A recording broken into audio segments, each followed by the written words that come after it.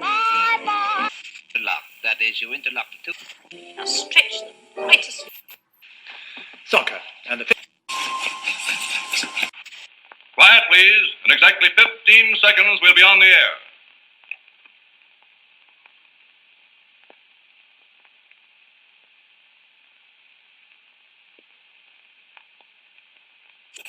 I felt like a reptile. Like a reptile. I felt like a reptile.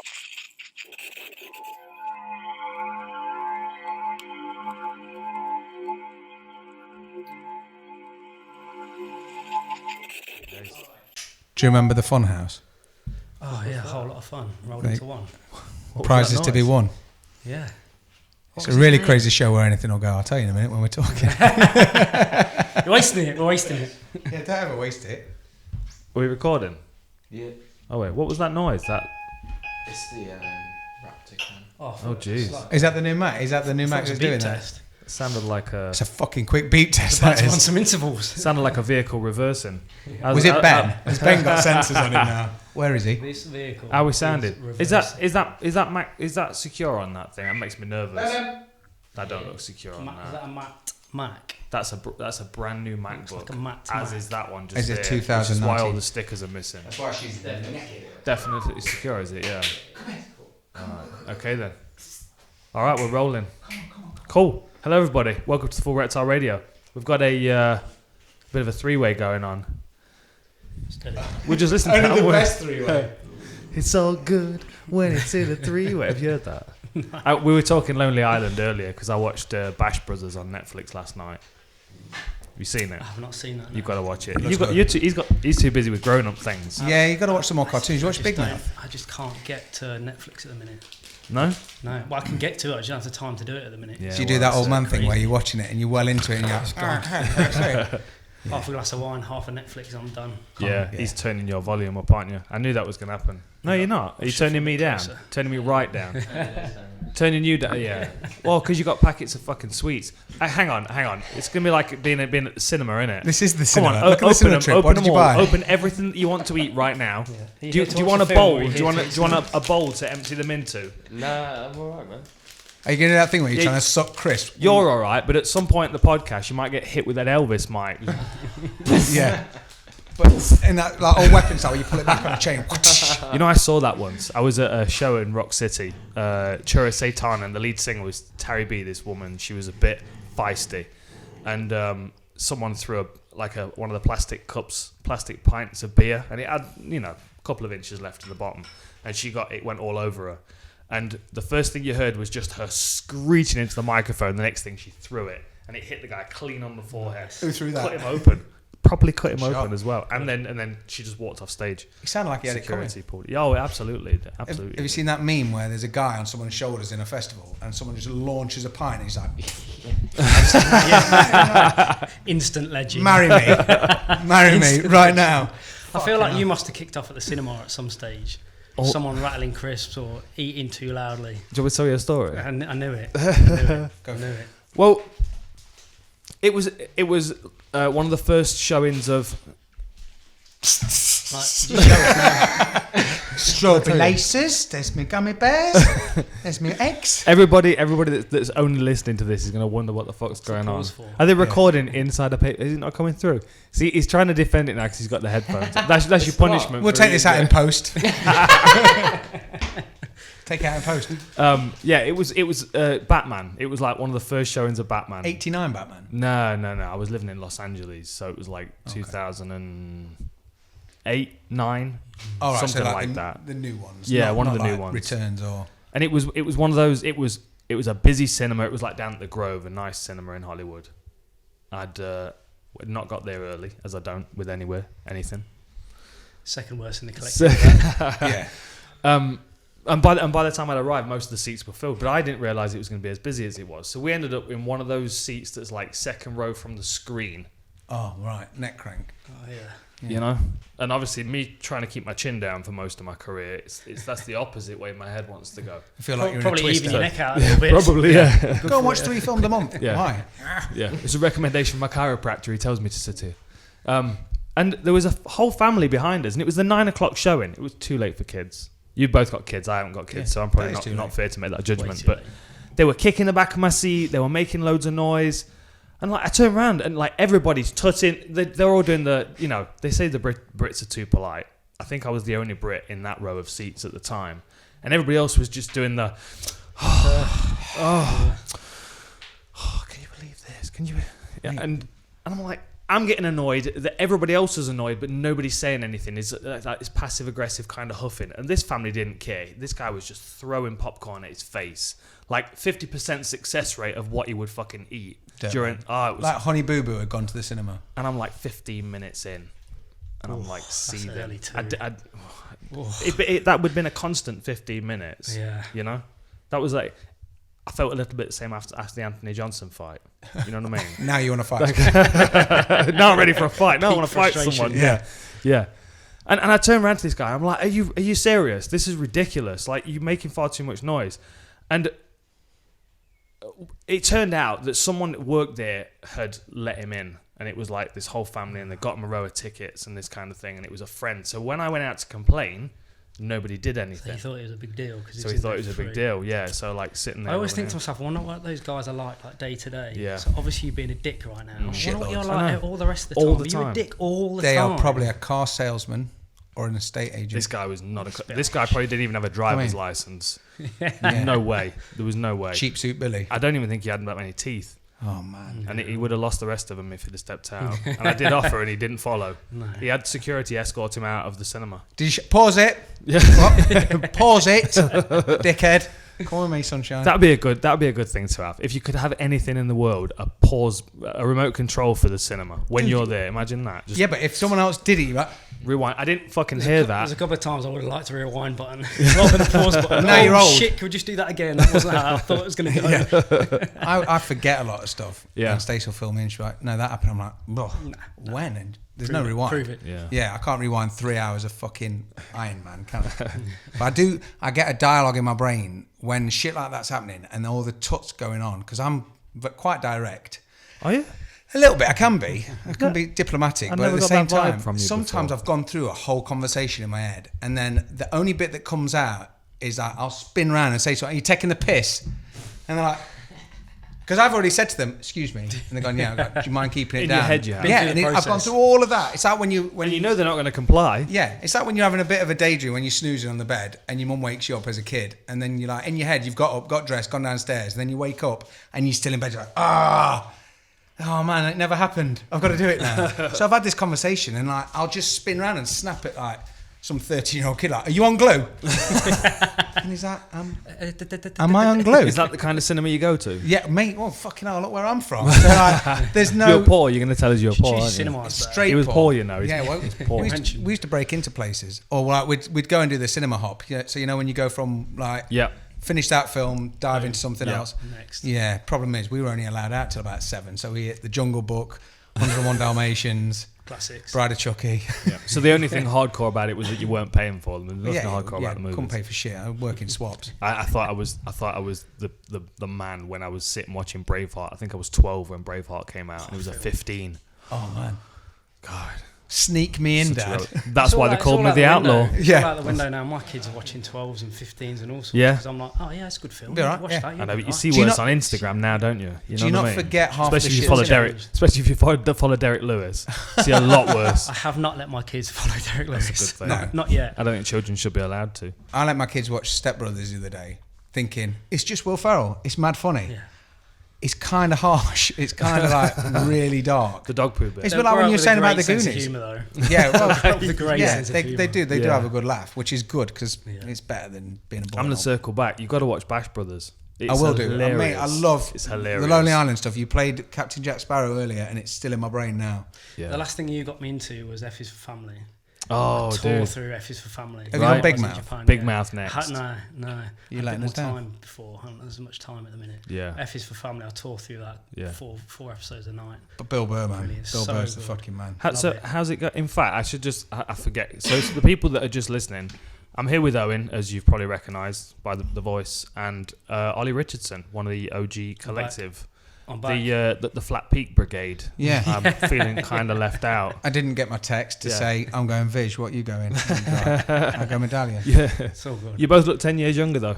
Yeah, You I know, reckon. it's I reckon. Take It's it a off. Or automatic facelift. Instant 10 years back on. So you've got a new job. Do you want to talk a bit about it? I want to. Yeah, I'm I want back. to know what you're doing. So it's been a bit of a trip, innit? Yeah. So I mean- you were Australia and then you were Yeah. Japan and now you're Huddersfield. I mean, you've known. You're just stepping up in the world. Just wow, Yeah. Huddersfield. You've known pretty much every in and out of it. We've sort of any time I had frustrations, I've been on the call to you. Yeah, we left 2011 and left out Rough House. We were in sort of in the prime, weren't we? 2011. That was right after I fought GSP. Yeah, we were going through a good time. Went to Queensland Reds. Left Queensland Reds at 2015. Went over to Kubota Spears in Tokyo, which was amazing. Again, you've probably been through most of it with me along the way. And now I'm back. Yeah, I've signed with Huddersfield Giants as head of performance. The role, so it's just sort of a managerial and coaching role. Really enjoying it. Really enjoying being back in the UK. I wasn't when we signed. Wasn't quite sure. I was quite sure I was ready to come home, but being back home, it's good. Yeah. Really like it. Feels right. Yeah, feels right. It's good, just good timing, and sort of a fascinating role I'm into at the minute. Not exactly what I was thinking I was coming into. A little bit of coaching, a little bit of management, a little bit of leadership, and I'm just filling the buckets that need filling at the minute. Nice. And kind of like Rough House days then, really. yeah, basically. Do a bit of everything. Look, by the way, just do what you got to do. Yeah. One big circle. Just get it done. Strength and conditioning coach, grappling training, sparring partner, psychologist, Yeah. Instagram superstar. yeah, taxi driver sometimes. Yeah. I remember a time we were driving down to Wales. We were driving down to Swansea to watch Jimmy Warled fight on a show called House of Pain. Of course He it was fighting for a title, a world title. Is the that House when he of had Pain his- world I feel like title. we were late as well. Huh? I feel like we were late. We feel were like we were late. rushing. I think we I feel were like we late. were rushing I'm together. going to try and blame that on Andre though. Was he Well, no, I blonde? can't because Andre was with Paul because we had Cage Rage on the same night and that's Paul was right. fighting Joey Van Wanry. So we were driving down to Wales. Wales, Yeah. Swansea. Ollie was driving in his very fast Mercedes. Shout out to Rigor, by the way. Thank you. I am loving the van. Mate. I'm not going back to Next cars. level. It's I'm not so going back cool. to cars. Yeah, I'm not. It's very cool. I mean, like carting the Raptors around this weekend for Polaris. We had a wicked day down at Bournemouth. Well, we'll talk about that in a second. how do you move a raptor? Cart them. Yeah. You cart Chuck them. them in the back. Let You them go to cart them sleep. in. You put them in little cages and. Yeah, There's plenty cart of room them for both cages in the back of the. I mean, Right, they boys. scratch and rattle Yeah. like a motherfucker, but you know, as long as you keep throwing Starbucks over your shoulder, That's and it. back. No, we don't do Starbucks. We're not a Starbucks supporting organisation. What was I talking about? Going to Wales. close Wales, wipeout. yeah. That's right. Yeah. So we're bombing it down. We're doing the speed limit. Yeah, obviously. Like Definitely the speed limit ish. It used to be closer to 90 back in the day, if you remember. I think that was legal. Yeah. Yeah. I remember doing. No, pretty sure it was 70. I don't know what you were Please doing. speak, but- camera. I remember doing think it's not changed. 112 in my 1.2 Yeah. Corsa. Shaking like a wonder dog the engine shitting. blew. Yeah. The whole car's with 5 people in it as well. It's Mate. probably partly momentum. Yeah. So we're driving down the M1 to M1 something like that to Wales. We're bombing it down, and all of a sudden there's a blowout. It wasn't like a puncture and a warning and hey, shit's about to hit the fan. You probably want to pull over and put the spare wheel on. None of that. It was like Just went in it. burst rubber like rim like in seconds. Shredded. Yeah. And I don't know many other people that in that position wouldn't have panicked. Blue head, mate. It was Got a cool blue head. and That's it. calm. It was like Yeah, I think you might want to change that. Yeah. didn't Over we even go. put a second hand on the steering wheel. That's Just it. Yeah, better change that. checked his blind spot. That, yeah. Thanked them on the way past. Thank you. How lucky, though. Sparks flying How out. lucky. Mate, it's crazy. Ridiculous. Different motorway, different day, we're done. Yeah. Yeah, Done. it's crazy. I was actually in I had to do a tour around taking a guy. He's called Joe Slater. He's a singer. He's a really good singer, to be fair. And To be fair, that's a fucking to be raptorism. fair, I never used to say that until these two shows. raptorism. He had a raptorism on Saturday, but he doesn't want to talk about it. He got all messy. A raptorism on There's a Saturday. story in there. I'm not sure that's... It's a special raptor explosion, isn't it? You met Faber, man. Oh yeah, yeah. He hit it well, but he did have That's to go it, and yeah. change. He did have to go and change his pants. Yeah. Well, I was going down the 38, and I had a Leon Sport, and I'm flying down with this guy, and he's just talking to me, and I'm just his seat, yeah. Seat. That's a nice car. It's called a seat. So I'm flying along, and these people just start coming past me, flashing me, and I was like, "What the fuck's wrong with you?" Turns out I'd had a blowout. I don't know, and I'd been going that fast. The momentum. So I was just like, okay. So I pulled up onto the slip road, and he was terrified. Like the whole time, he was sat there like, "Mate, what are we going to do?" I was like, "Just fucking change it." So he was stood rolling a fag, and by the time he'd finished rolling a fag, I'd changed A cigarette for everybody a listening cigarette. outside of the Midlands. a swift burn. He'd rolled himself. Worldwide. Worldwide. Roll ups. I like people to start putting that in the comments. Have you noticed? Yeah. From Switzerland. And by the time he'd rolled his hand-rolled cigarette and had a bit of a go on it, I'd changed the tone. He's like, "What the fuck? How have you done that?" And I was like, "Dad skills, bro." And he's like, "I wouldn't know where to start." I was like, "We've got to take the nuts off, obviously." Got to. So yeah, Got but to. it's scary. It is weird how the momentum keeps you upright. I'll tell you a scarier time than that.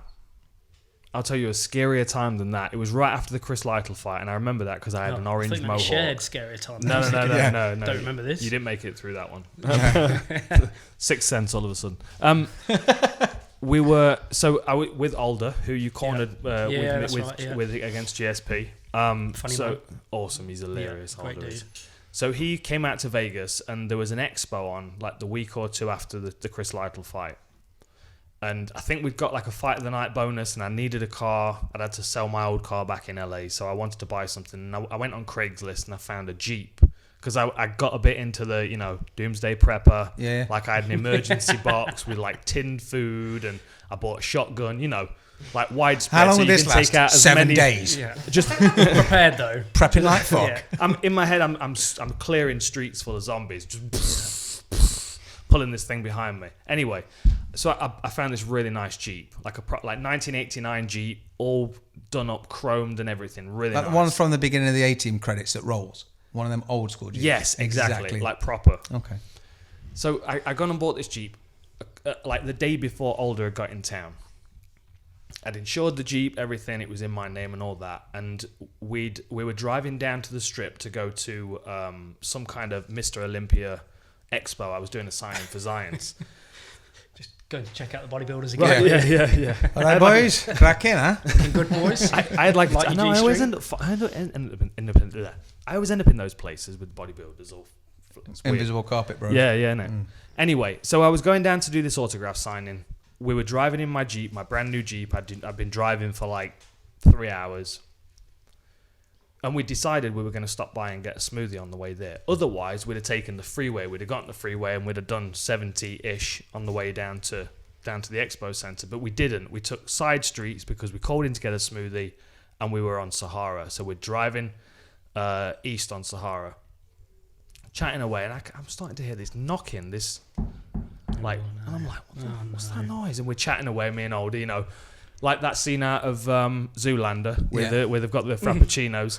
Like both of us have got a smoothie and we're driving along, chatting and laughing and stuff. And all of a sudden, the whole front end of the car just dips.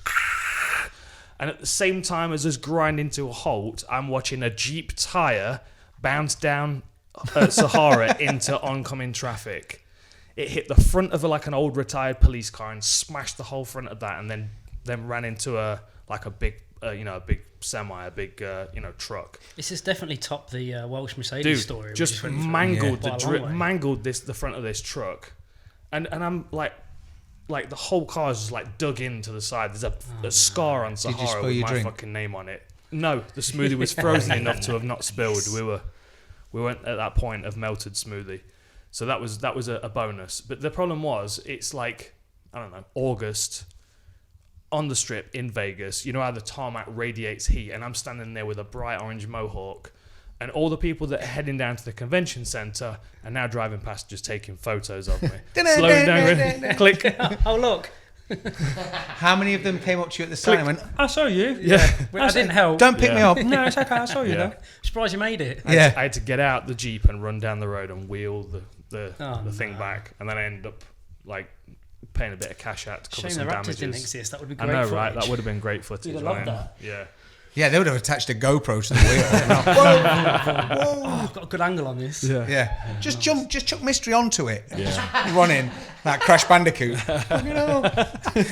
Yeah, chaos. But that was that could have been a lot worse as well, especially if we're on the freeway. Yeah, nasty. Yeah. Mate, some shit like that when it happens in front of you, though, you know, it's just like everything goes. I've in almost slow died a motion. good few times. Yeah. Yeah. There was one on the boat as well. I almost died on the boat. I got hit with a rope under the chin and it lifted me off my feet. And fortunately, I'd already clipped my strap onto the boat.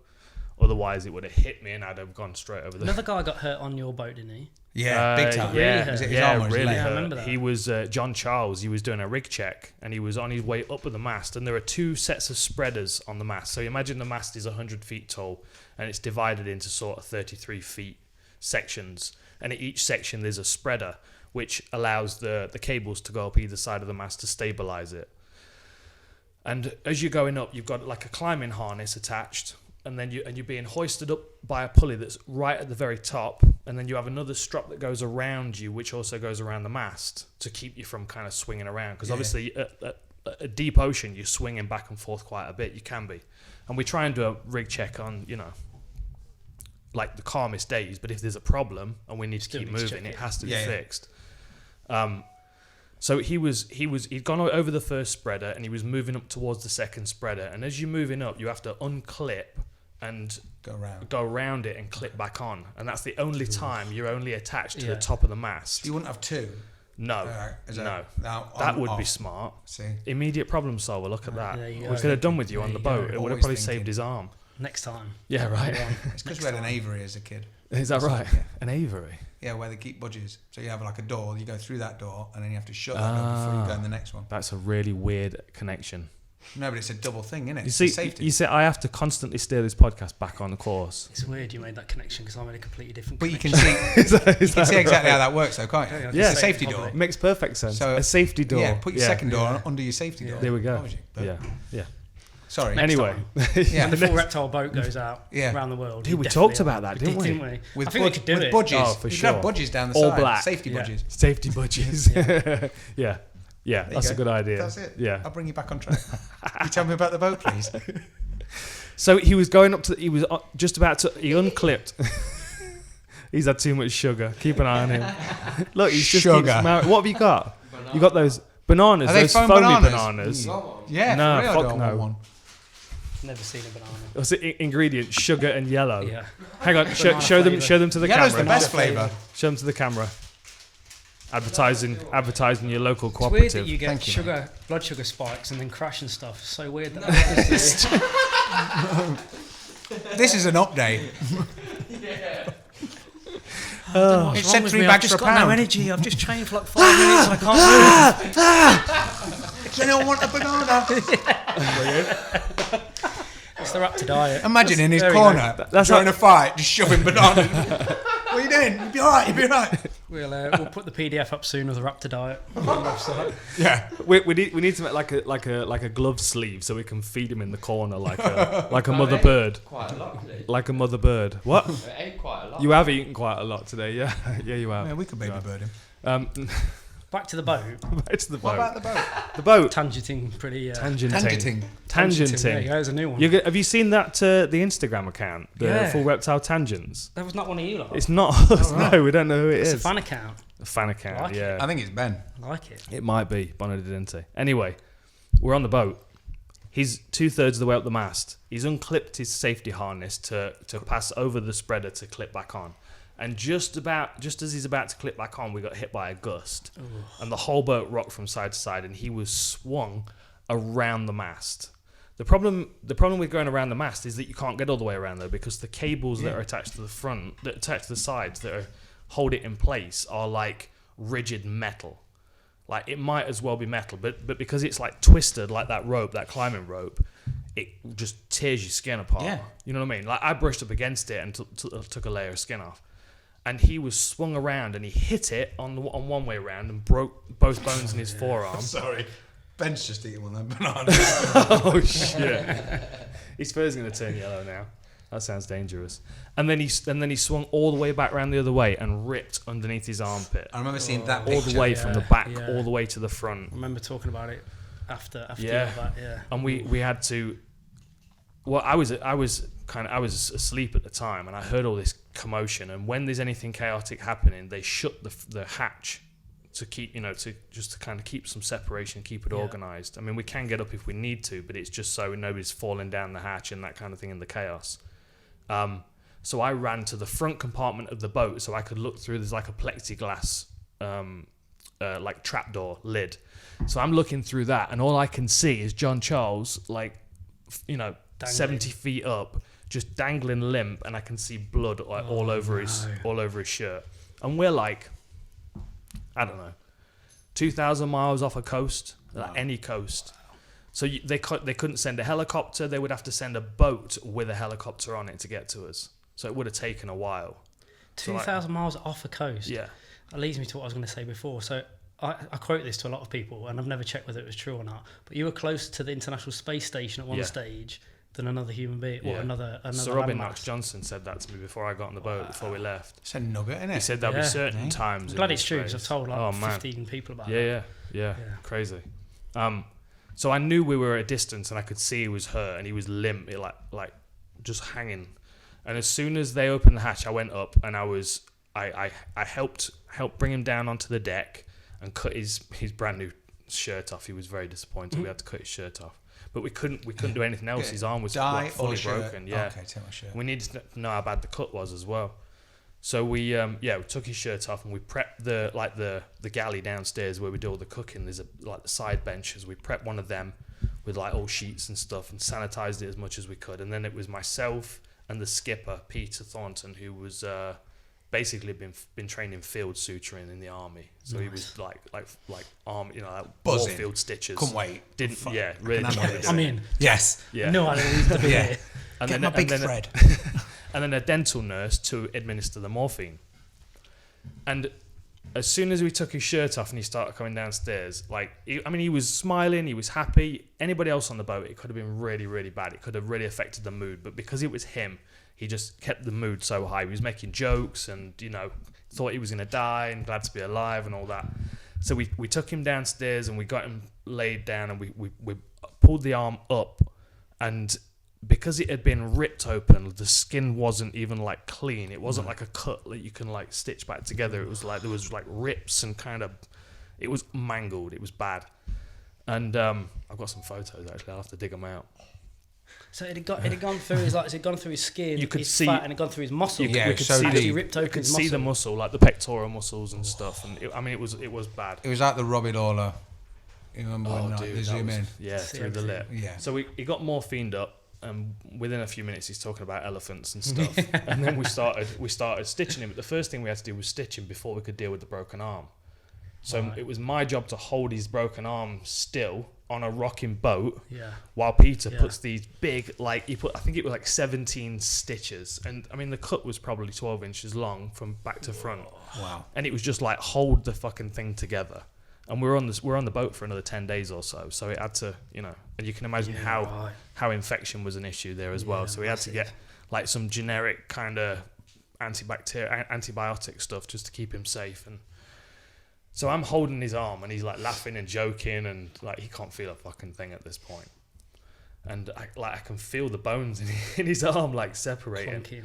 And the next thing we had to do, once it was stitched up, the next thing we had to do was to reset the bones in his forearm, and there's nobody there to do it. Obviously, we had like this moldable cast that you can use that you kind of squeeze into place around an arm. Yeah. So we're on the phone to some paramedics in Canada that run this special phone service for broken emergencies. Arm, Yeah. We'll see about that.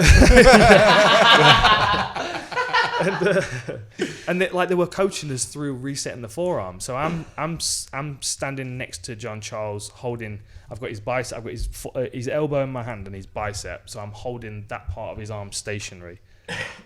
All good. Sorry. Yeah, all good. Sorry. I thought you were gonna puke. I don't want. Sorry, he just had his first singer. He's ruined it. Like coughing off mic. God. Sure, that's better than coughing on mic. No, it's organic. I don't know who Mike is, but anyway. And then Peter was in charge of holding his hand and wrist, and we had to slowly pull his arm apart until the bones went back into place. Boy. And as soon as we felt it go, and he said, "Oh, I felt that. I think one's still slightly out of place," and we pulled it, and it just kind of fell back into place. But he's a big fan of morphine. Oh, man. No, like you wake up in the morning, it's facing that way. You're like, I'm sure. I swear to God, we did it right. And But it's like, dude, they had to cut it open again when we got. They had to cut it open when we got to Rio and put a plate in it. And same thing with the cut under his arm as well. That was Horrific. Adventures though, right? yeah, Hey, for real, man. that was it. Yeah, we chatted about one day getting a boat together, didn't we? Yeah, Bringing a bit of sports science in there. Put the yeah, Raptors because on. it was ideas, put the Raptors. definitely Imagine, put the Raptors could get on some it. cool people on that boat. I'm sure Yeah. Ross will be up for How it. are you at sea? Are you? Never been. Yeah. Not properly been at. Are there He's a are there any land butterflies, No. bumblebees, or ladybirds? I'd rather be around them than sharks, to be fair. Yeah, I didn't see any Okay. sharks. Saw whales and dolphins, sea Whales turtles. and dolphins. You know, I did take some weed on the boat with me. I told you about that. You didn't did I? tell me about it. I was quite jealous Yeah. of the story I because I was took- like, oh man, I I once took had this joint and it was the most magical event. And you're like, all right, well, Yeah. I was on a boat 2,000 miles away from anything, so suck a dick one time. Yeah, you can tell your story. No, 'cause I it's- can't now. I It can't smashed now. the piss out of my Can't story. now. No, I can't. You know that scene in what's the movie where he's splashing in the ocean and it's all phosphorescent. Life of Pi. Life of Pi. nice. There we go. Well done, Jamie. Yeah, that's real. I mean, it's slightly more enhanced on the movie, but that's real. Like as we're thundering along in the boat at night, the wake of the boat is like glowing yellow and green. That's crazy. It's the Yeah. craziest thing. Like I'm the in. colour of this I'm bottle in. here. Let's do it. Yeah, Yeah. Definitely. just to see that. Yeah. Look at it. Yeah, so good. I'm not capturing it on my phone. Oh, seasickness is so bad. I got Stace got seasickness, and then I felt seasick by looking at her, looking like she's about to be sick. We went to Cuba, and then while we were in Cuba, we went like deep sea fishing, and basically it's just barracuda. And Dun, dun, dun, dun, dun, dun, dun, dun, dun, dun. Good movie. yeah, No, good song. movie, good song. Yeah, There we go. on Guitar Hero 3. There we go. Yeah, get it. Sorry. So we're reeling it in, and all you can see is this fucking massive barracuda coming towards you.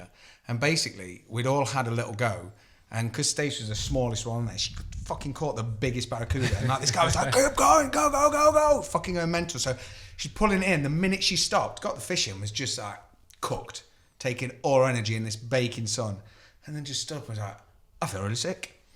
I'm going to be sick. And like this whole day's fishing, we all just looked to each other and were like, should we go home? Because we all felt a bit peaky. And I was like, yeah, fuck it. Yeah. So Really it's not sick- nice, is I'm it? not really a sick guy. I would get a bit funny with, not funny with heights, but my legs got a little bit funny with when I'm up high, but I feel like I I'm want to really a jump. sick guy. If ever I'm on the edge, like when we went to Black Rocks the other day, I get on the edge and I just think, what if I jump now? Yeah. And my feet get that tingle feeling. I'm Yeah. like, oh. You've not got the thing that connects that to actually doing it, the Tourette's, the physical Tourette's. No. We've had this conversation before, haven't we? Yeah. About driving along. Jump. Urges. Yeah. It was the urges. Fucking- The urges episode. What if I episode spat in his that face? Shut up. Do you know what I mean? It's your dad. was. Yeah. What about Paulie Malignaggi spitting on Mate, Arthur? Yeah, it's just what a so- cunt lord. And Go then talking fuck shit himself. about MMA. I can't. What? The thing is he going to turn up? He's not going to turn up. He's going to break his hands on Artem's face. Yeah, but have That's we what's sent gonna the best happen. representative? He has to turn up. Have we sent the best representative? What? Properly like it being at the cinema, huh? Yeah, turn around. That That got your hackles up, didn't it? That got your hackles up big time. I got a great photograph of him yesterday behind a fence that said no trespassing. Just chilling. It's wicked. Just chilling. It's a great photo. Yeah, what have we got the best representative of our sport to go and face Paulie? I think I'd like to send someone else to murder him, but Artem's not representing our sport. He's representing bare-knuckle boxing. okay, yeah, but still, just to murk him. That's a little where bit. the separation is, you see. Okay. We What's just- the chance we he just- does anything to Artem? It's like it could dance around him and frustrate him with the jab, but I still think he's going to break his hands on Artem's head. He's so decent delicate. head. He's Paulie Malignaggi. Oh, Yeah. right. It looks a decent head. He's like a rock soldier. He's like Yeah. But it's the spitting.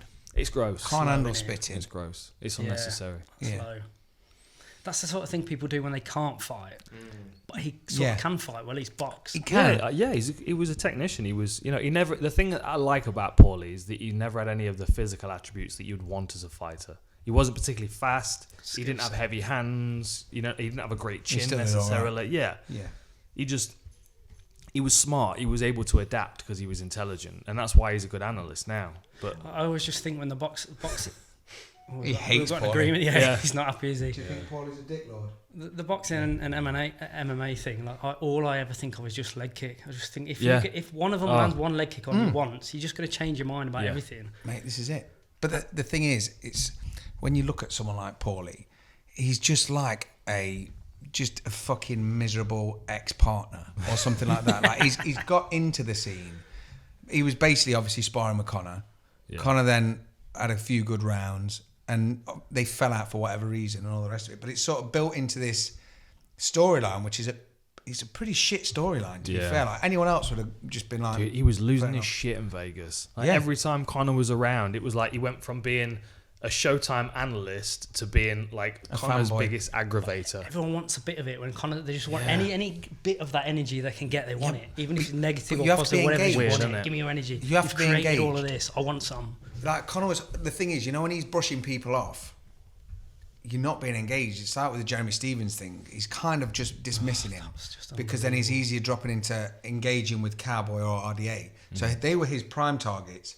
Jeremy Stevens is like 10 places behind. He's like, not even entertaining that. Not even going to use my energy on it. What a line. And when Paulie doesn't realise and doesn't like go, it's not me against you. He doesn't just walk away. He's like, yeah, but you're a dickhead. Imagine if Thiago Alves ripped one of those leg kicks on Paulie. Jeez. You'd just be like, everything's different. Oh dear, my whole world just changed. Oh shit. Yeah. Wow, I was really good with my hands. Yeah. That really hurts. Stop it. Yeah. I'm telling Mom. It was a weird argument he was making. It was like, boxing's tougher because we take more punches and there are more deaths in boxing. Well, I think we've talked about this before. I don't agree with what he's saying there, but it's why it's the beautiful art in it, because you're trying to get the same result, but you've only got a couple of tools. Mm-hmm. Whereas in MMA, you've got a load of tools to get the result. So you have to be so good because you've only got a couple of tools. Yeah, that's the contrast I see between the two things. I don't agree with what Paul is saying about that, but there's something beautiful about it. You've just got these two. That's the only tools you got to get the job done. Yeah. The only problem is that the addition of the gloves makes it unrealistic. Yeah, and that's where I'm sure we talked about this the other week. That's where, like, if bare-knuckle boxing had started, we were talking about it at Body Power. That's it. About the change of style, because they're having to change their hand position, they're having to change the head movement because they don't have the gloves. Exactly. Like, I would say that probably 5 or 10% of the people that walked through the doors at Rough House back in the day would have been perfect for bare-knuckle as opposed to MMA. Completely. Like, they did MMA, they liked it, it was all right, but that was because But if they could have done bare-knuckle, they would have definitely gone that way, and they'd have been effective at it. But if bare-knuckle had started in 1994, the same time as the UFC set up, 93. Brain box. I know, innit? Denver, Colorado. If it had started around that same time, it would have developed into a different style. Like, if you watch bare-knuckle boxing right now, everyone's fighting like they've got gloves on. Everyone's fighting with their chin tucked and their head forward, and they're trying to block with their hands. And if you look at, like, you go back, there's loads and loads of photos, and people take the piss out of it, like the old bare-knuckle boxing stance. Yeah. But, like, there's a reason that we go, oh, yeah, that's an old-school bare-knuckle boxer stance, is because there was a reason they stood like that. Like, they had their hands curled into, like it looks much more like a knot instead of a club, you know what I mean? It's like, and you, like, wrap them with the back of your knuckles. And it's a different style, it's far less...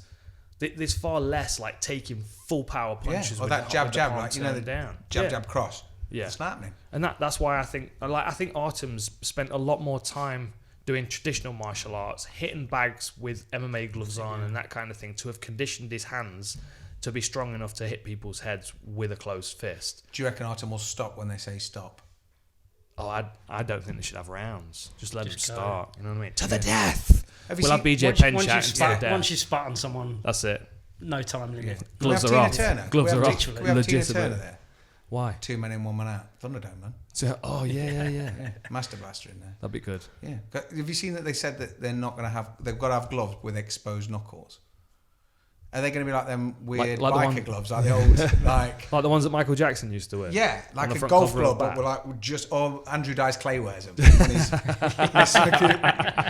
Right, guys, it's a bit racist. No, it's what I do. I'm Italiano. But yeah, you've got like those weird ropey biker gloves. How's that? Maybe. Because that doesn't protect the rest of your hand. Yeah, I don't know. Yeah. Gloves. Yeah, I read somewhere that it said, because then I saw that the promoter was like, yeah, maybe I did the wrong thing by threatening fighter pay during a event. And I was like, oh, you think? You fucking chief. Yeah, it seems to. The thing is, this is... Don't mess with people's money. No. Yeah. Don't take it off. Especially when they can fight. Yeah. You know? This whole thing, the bare-knuckle thing, reminds me so much of Affliction. So when Affliction came out, it was when it was okay to wear an Affliction shirt, almost. And there was the first one, which was Fedor and Tim Sylvia. The second one, which was Fedor and Orlovsky. And the third one, which was penned for Babyface Assassin, Josh Barnett. Mm-hmm. And obviously what happened was Josh Barnett popped just before the event and it crashed and Dana ended up buying it. But the thing is, right, there's a big chance of Paulie not turning up for this, I think. Yeah. Getting injured in training. Especially because he's not done a training camp in like How 8 old to is 10 he? years. What age is he? Yeah, he's around the same age as us, I think. He's done a training cap for his mouth. So Was that? Hang on. Was that an? Oh, okay. Like he's not that old, or okay, he's getting on a bit. Well, I always say we're old. You're like, I hate I'm when not you say old. that. Yeah. I hate when you say that. How old are you? 37. Yeah, I'm 38. We're not old. I'm not old. No. Sometimes I feel old, I'm older than I was yesterday. but then when we're gonna be playing Mario Kart and then switch in about half an hour, so I'm not feeling that old. Yeah. You know what I mean? Here we go. Yeah, it's not a big problem. No. Just on the Affliction card, if you ever get a chance to go back and watch Vitor against Matt Linland. Dude, I was Vitor's sparring partner for that fight. Holy shit balls. That was when he wrecked my jaw with that uppercut. Yeah. Superhuman Vitor. Superhuman Vitor. This It is was a fun Vitor. the It was a Phenom. fun Vitor. TRT Phenom. He's terrifying. Because he obviously left the UFC. I know he had all the problems with his sister and everything else overseas, and he was in Pride and all these other places. But before he came back, before they rebought Affliction, that was when he was on a bit of a rocky road. But watch him against, was it Matt Linland? Take me home. No, was it Matt Linland? When? In Affliction? He Yeah. fought Matt Linland and Terry Martin. Was it Terry Martin? Yeah, Matt Linland's got a little cobra on his. Yeah, I think so. Yeah, so a lot of people said he was a smelly training partner. You know what? Funnily you should mention that. Rashad told me after he fought, not Rashad, Rampage told me after he fought Matt Linland that he knew Matt Linland had intentionally not showered for a few days, so he was uncomfortable. Yeah. You know, for saying how much of an OG that guy is, It's just rude. the majority of people will recognise the name Vitor. I don't think many people will recognise Matt Linland. Yeah, crazy that, isn't it? Yeah. I mean, he's had it's like Jeremy Horn. I remember Matt Linland fighting in Cage Rage and Lee Murray calling him out. That was a fight that never happened. Wow. That was supposed to happen because Matt Linland had beaten someone and Lee Murray was the next person to fight. And I think they were kind of setting it up as he was the next challenger to Lee Murray's belt or something like that. And it was all supposed to be like this kind of showy, like, oh, we'll have him face off. And shove him a bit. But the difference is that Matt Linland's like a high-level competitor that recognised the value in promotion. Lee Murray was a fucking thug. animal. Thug he was animal. an animal. Yeah, man. And the thing is, it was misleading because he used to dress real nice. Yeah. Like, you could take a photo of him and it'd sit quite nicely in, like, GQ or FHM. Like, he was a good-looking dude. next he always looked directory. sharp. You know what I mean? He always looked really good. But then, like, if you just fucking poked him a little bit. I remember sitting in traffic on the motorway on the way to Cage Rage and seeing him doing, like, 80 down the hard shoulder in a Mercedes, in a BMW. Just living outside of the. Did he have a load of gold bullion in the back? Oh, probably. This. Probably. It was ridiculous. But like they brought him into the cage, and like you got Dave O'Donnell standing there, you know, with a big fucking smile on his face, you know, cage fighting, get back, cage fighting, you know, fucking all right, Dave, calm down. And they brought Lee Murray in like this is going to be a lot of fun. Like we're going to get a bit of a face off and that. Lee Murray was having none of it. Within 10 seconds of him facing off, Matt Linland had laughed at something Lee had said, and Lee had just lost his shit. Gone. And from somewhere he got like a half a bottle of Fanta, and that went. Was he in loafers and like a nice suit? He was properly nicely dressed, and then he grabbed the mic. He's like, "You look like a fucking monkey. Look at your fucking ears. You look like a fucking monkey." And that was all he had to say. But it was true. like he couldn't process anything else. Yeah. He was so fucking angry. What a cunt! He was. So weird. Cage Rage never made it mainstream. Strange, That's wasn't weird, it? isn't it? Strange. That. Channel 5 were like, more. Yeah. More. Please do some more of that. It's really Fucking bring it appealing to the on. mainstream. The kid We've who got had- someone out of Coronation Street and someone out of EastEnders that want to fight each other. And after this, the kid that turned into a fish finger. So, I mean, Channel 5 bullshit documentary. Yeah. The boy with an arse for a face. Yeah. He said he loves you. Yeah. How the fuck did we get there? What There did you we go. used to Real go to in the Troxy? Was that Cage Rage down in the Troxy? And Yeah, that was Rage? the next generation though. Was it Ultimate Challenge? Where Dean was fighting, you mean? yeah, no, before we. Oh yeah, maybe it was then. Yeah, Yeah, maybe Dean it was fighting then, on yeah. that one. Ultimate Challenge. Yeah. I'd like to see like Lee Murray come back. I know I couldn't lightning Good luck Lee, with lightning that. Lee Murray, but I know he's having a few issues, but he might start his own promotion from inside. Dude, he could have been so good. Dude, he went 5 rounds with Anderson Silva before. You know when Anderson Silva dude, burst he- onto the He scene? got fucking ruined though. He did, but look what he did man. to Rich Franklin twice and Chris Lieben. Yeah. And working all the way through, and like no one ever mentioned that. It did feel like Anderson was playing with him though, just toying with him. Yeah. That was scary to watch, and Lee had nothing to come back to. But then, his other fights in Cage Rage. I remember him fighting a guy called Amir Radavani. I used to train with him in Hollywood, and he fought Gary Goodridge in Pride. That's a good scary. fighter, like a brown belt Brazilian Jiu-Jitsu, real tough, durable guy. Murray just blasted through him in seconds. There's a video of him just like literally like Vitor Belfort, and lightning Lee Murray. Anderley. So fast. Anderley? Vanderlei. Vanderlei. What do you want? Do you want to talk about Polaris this weekend? Did you watch any of it? I haven't watched any Oh, of it. man. But I will definitely watch it. There was some awesome matchups. Like the undercard. Love that concept. Yeah, You really enjoy it is really It's nice. wicked, isn't it? Yeah, I really really good to like watch. it. We've got a load of stuff coming up on the channel soon, haven't we? We've got a How bunch good of are the them matchups. sweatshirts We're gonna look have right now? Yeah, they do look wicked. Hold on a sec. We're gonna get a bunch of the matchups up there. I've got a couple of new concepts that I want to play about with the videos as well. I made Paul Gascoigne as well. Saw that. You did. He's You so did. proud of himself. I'm not in his going prime to too. tell you the full story because I've already spoken about it enough today. Burst that But, bubble. He megged Gascoigne. Full stop. I know. I've seen it. Seen it. Fair play. Good job it's on video. Otherwise, wouldn't Yeah, happen. you wouldn't believe it. I would you? megged him in slides. Did you? Yeah. Well, the thing is as well, like as a company, have just invested in some new equipment, a couple of new MacBooks, right? And it's the good shit. It's the good shit. Shout out to Jin, thank you, mate. It's the good shit. And they'd been editing outside. I'd left them in the garden of the hotel, kicking a football around while something was going on the laptop. And I'm looking over it. I'm like, there's a back gate there. There's some shady motherfuckers in this hotel, including these two. They're off playing football over there, and I'm like, no, trust, No, it'll be let fine. go, it's okay. 10 And I grand's went worth of into the equipment hotel sat to there. get ready. Went into the hotel to get ready, and the next thing I've got a phone call from Mystery, and like he answered the phone. He was like, Dan. Daniel. I'm like, Oh, yeah, what's up? Like, something's happened. And all of a sudden, I'm seeing a football hit the back of the laptop and it just flying off this fucking picnic bench. And then, like, Mystery tripping and falling face first into it. And we have to go to the hospital, then the Apple store, and fucking hell. Day's ruined, Polaris is fucked. All that went through my head, and he was like, I just nutmegged Paul Gascoigne. I'm like, you? Oh, really? Oh, great. Awesome. How's the laptop looking? Been nicked. Yeah, fine. Jesus, scared the shit out of me. But it was like so solemn. It was so solemn. Mate. I was nervous. It is Yeah. bad, isn't it? Why was Gaza there? What was he doing there? Knockout BJ Penn. Polaris. Yeah. He was Just yeah. enjoying himself. he was enjoying the sunshine. He was enjoying the sunshine in the hotel. Right. We've got some good video of Faber playing Corey McKenna at chess as well. Sorry. And he knows the rule book inside I out. also saw that bit. Yeah. Oh, I didn't call Yeah. it chest. Chest. Quite like it when people. It's a bit like Andy No, he Dwyer. did. That's why he took his shirt off. No Shirt Nation.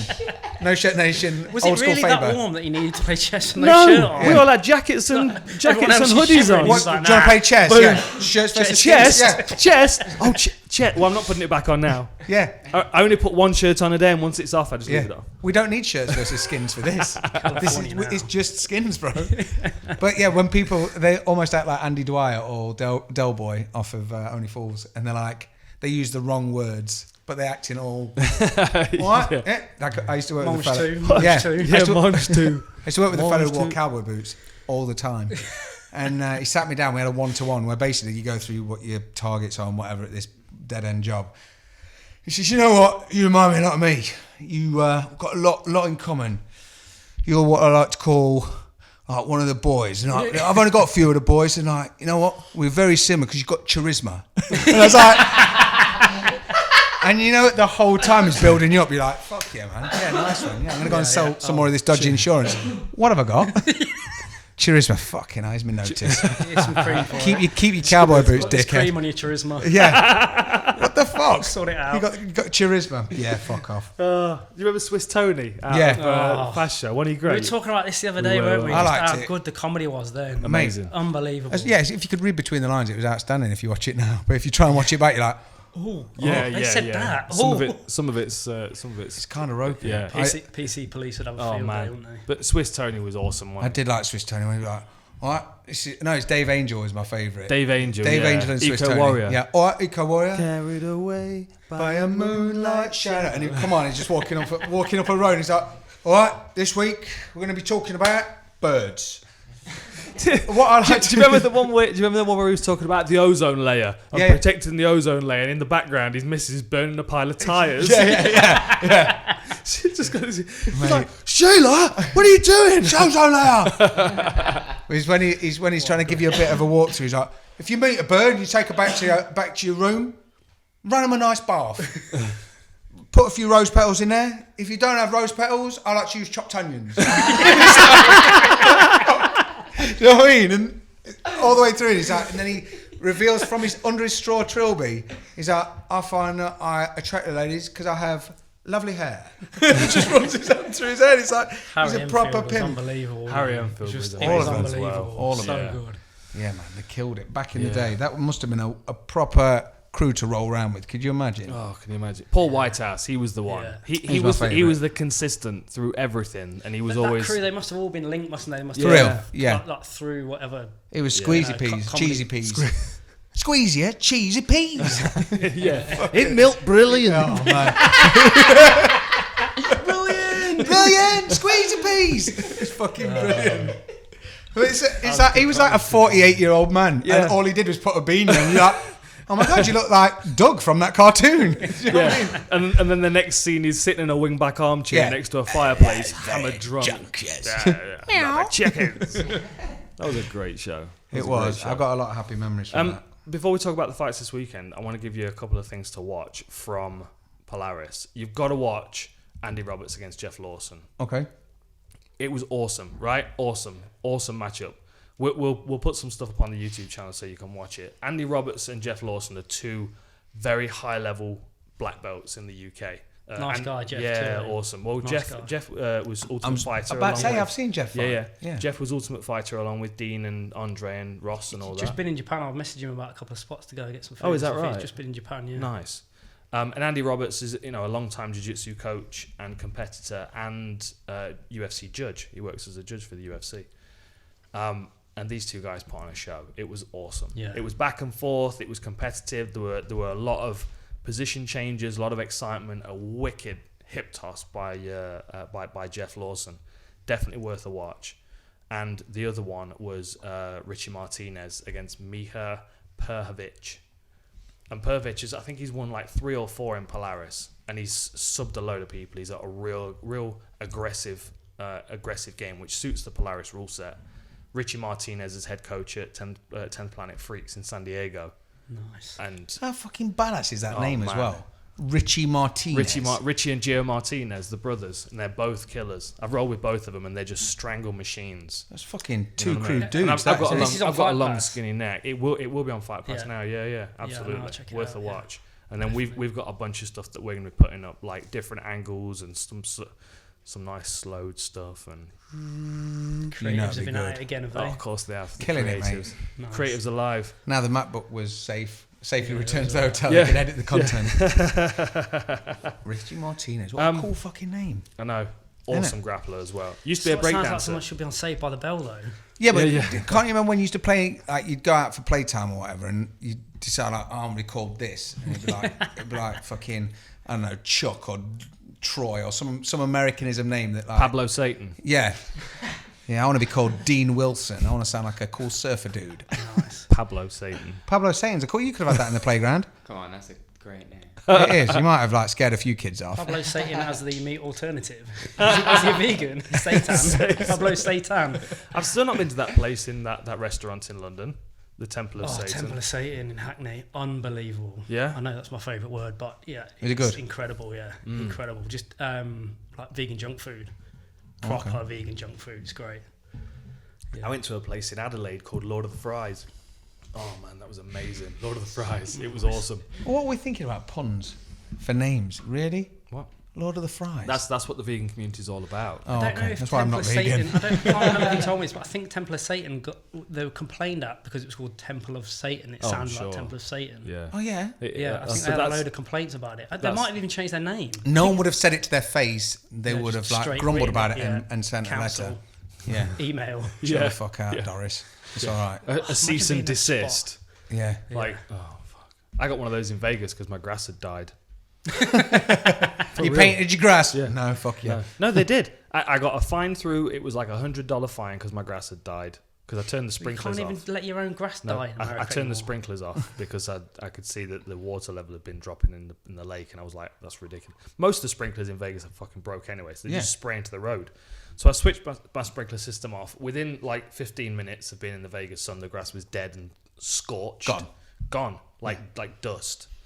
And I got a letter through, $100 fine because my grass was dead. And then the next one came through with a business card stapled to the top of, this guy with a fucking spray thing with a bucket and green paint. It's like, we'll come and spray your grass green. Like, Can you? this is actually a business. People in Vegas drive around with a tub of green paint in the back What of the a fuck? van. Land of the free, though. For sure. Mate, it's fucking ridiculous, isn't it? What colour do you want you? Why we could have done a different colour as well? I know, right? Do you know what I mean? Do you Could've want some gone purple? for purple. Purple grass? Yeah, of course. Purple. Do you want some purple grass? Purple haze. Anyway, let's get through this conversation because we've got Mario Kart waiting talking of purple grass. There you go. What about the card this weekend? I'm going to call out some fights. Well, let's start at the top of the card. We've got 3 light heavyweights at the top of the card. Alexander... Oh, this is an MMA podcast, by the way. You I do know don't that, you? but I am spread very on. thin on sports. I'm trying to keep up with Rugby League, Rugby Union, MMA, Australian Rugby League, Australian Rugby Union. There's a lot going on. I know a little bit about all of them, but depth is an issue. Depth Always. is an issue. Yeah, I've That's heard. all right. I've heard. that's what she says. Fucking hell, man. Okay. Depth being the issue. Yeah. What are we starting on? Let's start at the top of the card then, and then Okay. you can tap out when you don't know what I'm talking about. Gustafsson against Anthony Smith. I'm not making predictions because I'm on the microphone. I wish I could take this microphone with me. That would be badass. John would be Ladies so jealous. and gentlemen. It'd have to be hanging upside down, wouldn't Yeah, it? Like the old... nice. Yeah. I'm going to smash something here. It sounds great. Ladies and gentlemen. Yeah, I think you should do all of that with John just stood there like looking around. Every time you bring that out, he's like, where's my fucking Elvis mic? yeah, What? yeah. Just give him a regular one. Yeah, and he's, Or one of why those have you got re- that? I don't know what you're talking about. And it just appears. And you're like, what's the fucking problem, Yeah, John? yeah. With a glove light. Yeah. And it just like a Snapchat filter, so it superimposes a bow tie, and he's like, where did you get that from? And he starts spinning round. Oh, like the fucking propeller on the top of Mystery's hat. Yes. Have you seen that? He bought himself a new hat for Vegas. Like with a propeller Fozzie on Bear the off the top. Muppet Why Babies. wouldn't you? Why wouldn't Why you? wouldn't you? If you're going to Vegas, why wouldn't you? Okay. Is this Gustafsson's first one after Jones? Yes, it is. And Anthony Smith. Is that the rain? Yeah. And Anthony What a great Smith matchup. just after Yeah. Jones. Yeah, What a great matchup. yeah. There's an Inside the Octagon which will be out probably now, right? It's gotta normally be out tomorrow. now. Is it normally Tuesday? I don't know. That second Jones fight against Gustafsson was my favourite John Jones fight Yeah. by a long way. Because he tried. Well, because because it was so close. He clearly watched it. Obviously, this is coming from a coaching mindset. He clearly watched it. He clearly picked out what he'd done, and then he completely imparted his game plan and just. Yeah, but this time he had a game plan. The first time I'll tell you, he was cooked out his tits. Yeah, so probably, but just from a coaching perspective, it just looked like, listen, we've done our analysis. This is what we're going to do in training. This is what we're going to do in the next fight, and it just worked perfectly. I'm sure Jones has said that before, though. I'm sure he said in rematches. Yeah, and that's the problem because how frightening is that? He's not even been trying. He wasn't trying, and it was a really close fight because Alex has had the camp of his life. Yeah. So imagine on the first time you've had the camp of your life and you've come so close, but then you realise John wasn't trying. And then when he comes back, he's now seen all your best moves. Yeah. And gone, okay, let me try a little bit. And did he finish him in the third? Yeah. Third. Who did? Yeah. But finished him in the DC third was third as well, wasn't it? Hard to call. Yeah, this fight, head kick. No one. Really hard to call. I think psychology is the difference in this fight. I think Alex has got more to lose than Anthony Smith. Yeah. Just because of those two John Jones fights. And he initially came out and said, if I can't beat Anthony Smith, I shouldn't be in the sport. And I don't know if he was putting pressure on his own back to make sure that he pedalled the bike. Yeah, he said, if I can't beat Anthony Smith, what am I doing here? I'm sure it was him that said that, right? It might be. It's putting a lot of pressure on himself. For real, man, because Anthony Smith's fucking legit. Yeah, I feel like Smith would have gone away from that Jones fight and gone to hell in camp as well. Because it really hurt him, didn't it? He wasn't who he thought he was. Yeah, and at that moment. It was a couple of seconds behind. It was a couple of seconds behind. It wasn't even like a second or like 1 for 1. It was, oh wow, this is going to stop soon. Yeah. Do you know what I mean? And he just never got started. It's exactly the same as Anthony Smith against John Jones. It was the same circumstance. He never got started. No. The difference between the two, though, right? You've got Gustafsson, who's fought for the belt 3 times now, and he's lost to Jones twice. The first time was close, but he was beaten over the distance. The second time, obviously, he was stopped. So what's he fighting for now? Is he fighting to face John Jones again? Yeah, is he trying to build up to a title again? Or right. Or is he hoping John Jones goes up? I think he's hoping John Jones goes up. But then I don't. Gustafsson's not the kind of person that would be happy with himself if Jones moved up to heavyweight and Gustafsson took the belt. That wouldn't sit well with him because he's not that kind of person. And the difference with Anthony Smith is that he's coming off a John Jones fight where he can watch that back for 25 minutes and go, he didn't really hit me with anything significant. I just didn't really do anything. Exactly. Right? So he thinks as long as he can not do that a second time against John Jones, he might have a better chance. So I think Smith's in a much better place psychologically from that perspective. Because Gus doesn't seem to have had his breakdown and breakthrough moment. I know he's had close fights and he's been in there with the best and he's looked good doing it all the way to the thing. But even against Rumble, he didn't just sort of disappear and then go like, oh, I've got a new training camp or partner, I'm trying something different. He literally, he keeps going on the same path that he's on, but he's not really changing a lot. Whereas Anthony Smith was in the UFC, wasn't he? Dropped, then came back or changed weight and he's looked unstoppable since. Yep. So I think there's a lot for Anthony Smith to get from this because, like you say, he wasn't stopped by Jones, was he? No. The only thing I remember him being hit significantly with was a front kick to the face, which made him smile. Yeah. But we've got... That's always them telling smiles, ain't it? Yeah, it is. Oh, that hurt like fuck. Yeah. We've got 2 other light heavyweight fights on the card, like right underneath. So the co-main event, we've got Volkan Ozdemir against Ilya Latifi. Volkan's coming off a split decision loss to Dominic Reyes, but he also lost 2 before that. About to say he's on a 3. Yeah. And before that was unbeaten, right? Oh no, dude, I've been here. You know what I mean? Yeah. Like you lose to the champ, then you lose to a new contender that's on the rise, and then you lose to someone else in the division that's on the rise. It's like. But it's 2 before that. So Jimmy Manoa and Misha was like a combined time of 1 minute 20. Yeah. So he was looking absolute dynamite up until that point. And then obviously DC, you can understand, Anthony Smith, that was a game plan. That was a genius game plan and he worked for it. And then, like you say, the Reyes one, to be fair, was kind of controversial. Yeah. If you remember it was kind of controversial. I remember thinking that when I looked at it. I need to watch it back. Who's Anthony Smith's camp? Who's he? He's in Colorado. He's with, is it Elevation? Factory X. Factory X in Colorado. Mark Montoya, I believe it is. He's coming on leaps and bounds, and I just think that after that last fight against John Jones, he's gonna watch that back and he's gonna be like, "Fuck, Damn it. I should have just." Pull a trigger. Funny you should mention that. One of the playlists on Inside the Octagon's called "Pulling the Trigger." Yeah, good. Yeah, because it like you look at his other fights and like the aggressive knockouts that he's got is because he's a bit wild, he's a bit chaotic. This is it. And that's what he did against Volkan. He sort of bided his time, and then when Volkan had exploded and like used a lot of that energy, he sort of just he took his time and didn't he choke him out. Yeah. Just bit that rabbit in the headlights in it when you fight John Jones. The second time you're probably in a better spot to do it, just because you've done it before. But Exactly. then John Jones is better because he knows Because he's leveled up watching what you got. Because he watched and then tried. he's absorbed a piece of your soul. Yeah. And he's so we've got Volkan Ozdemir taking on Latifi, who was he's putting together little runs. He came into the UFC on a short notice against Misasi. Yeah. Then he beat Cyril Diabate and Chris Dempsey, 2 finishers, a sub and a guillotine and a knockout. Then he lost to Jan, that body kick, Yes. which was rough, and that was Stockholm, Sweden as well, which he's probably not going to leave a good taste in his mouth after losing there in the first place. I think it might have been in the same arena as well. Yeah. Then he had a 3-fight win streak. Then he lost to Bader. Then he had a 2-fight win streak, and now he's just coming off a loss to Corey Anderson. So he's like fits and starts. Yeah, but it was a decision against Corey Anderson, and Corey Anderson's a big youth. Corey Anderson's very methodical in the way that he approaches fights as well, which can be it can shut people out. And that's the argument a lot of people are making for him against John Jones, is that he's just good at kind of sticking to a game plan and just being smothering and just edging on the scorecards, and he'll take a finish if it's there, but there's no rush. And then the fight before that is like All Stars have got a busy night, haven't they? Look at that. That's the top 5 of the 6 fights on the main card are All Stars, if I remember right. Daniel Tamor opening the card against the UFC newcomer. Sung Bin Yo, I think. Where's he from? Bin Yo. That's Korean.